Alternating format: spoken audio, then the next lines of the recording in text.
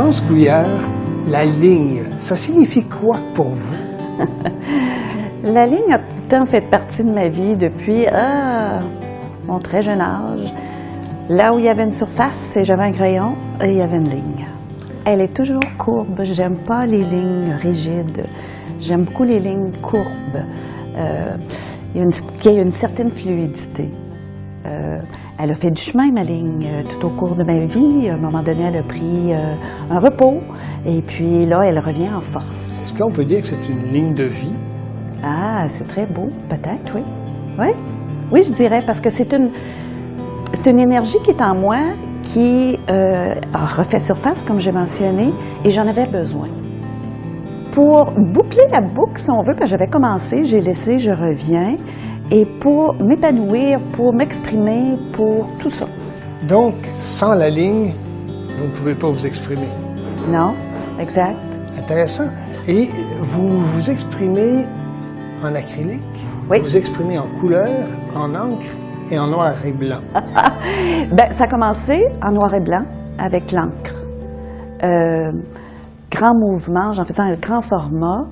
Et puis, je le savais dans le fin fond de moi là, que je devais revenir à la peinture. Parce que, comme j'ai mentionné, j'en faisais avant. Mais de la peinture plus figurative. Et c'était pas... Je savais que c'était pas mon dada. Il y avait quelque chose d'autre. Il fallait que je le découvre. Puis, avec la couleur, j'étais allée prendre un atelier en art intuitif. Et là, excusez le terme, à gorocher de la couleur, je laissais mon côté un peu germaine. Je pouvais vraiment me laisser aller. Et à la suite de ça, une fois que la couleur me parlait, et là, la ligne définissait cette couleur-là. Puis ça m'étonne toujours, parce qu'une fois fini, je sais jamais où je m'en vais au point de départ, puis je veux pas le savoir non plus. Puis une fois là, que je mets ma couleur et je définis avec la ligne, là, la toile me parle, la couleur me parle, la ligne me parle, et là, je sais où je m'en vais.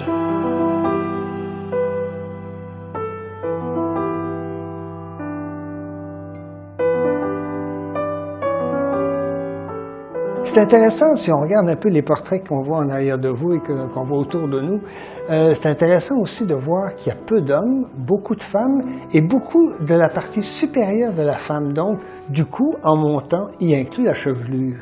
Oui. Y a-t-il un sens quelconque là-dedans ou non? On peut dire, je viens d'un milieu très de femmes. On n'était que des filles chez nous.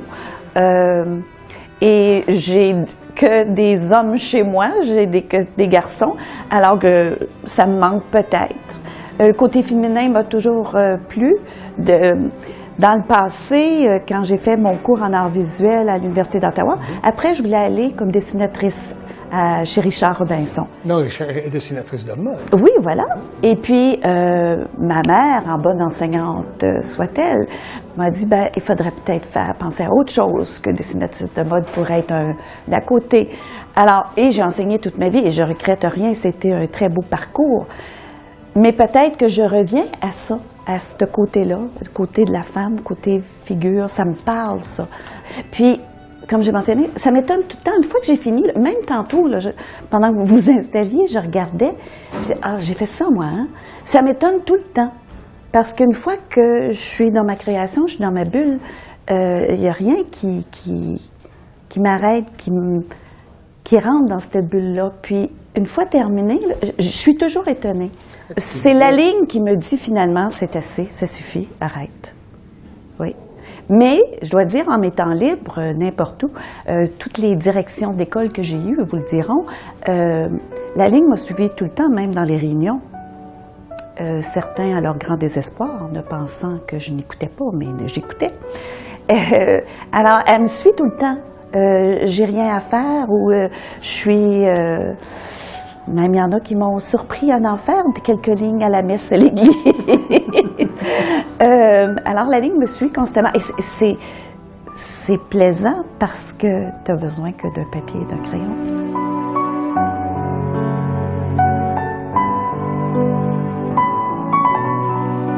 Au début, lorsque je faisais des noirs et blancs, pas ceux-là, d'autres, mon fils qui a fait son cours en philosophie, c'est lui qui donnait des noms. Et c'était très précis aussi, mais ça me parlait moins. Alors maintenant, tandis qu'avec mes toiles, là, le moment présent, là, quand je le fais, c'est ce que je ressens, donc je fais tout simplement l'écrire. Pour Nokossi, ce qui veut dire des filles de la Lune. Alors, puis la façon dont je l'avais fait, donc ça me rappelait la Lune. Le noir et blanc, ça va toujours demeurer mes premiers amours.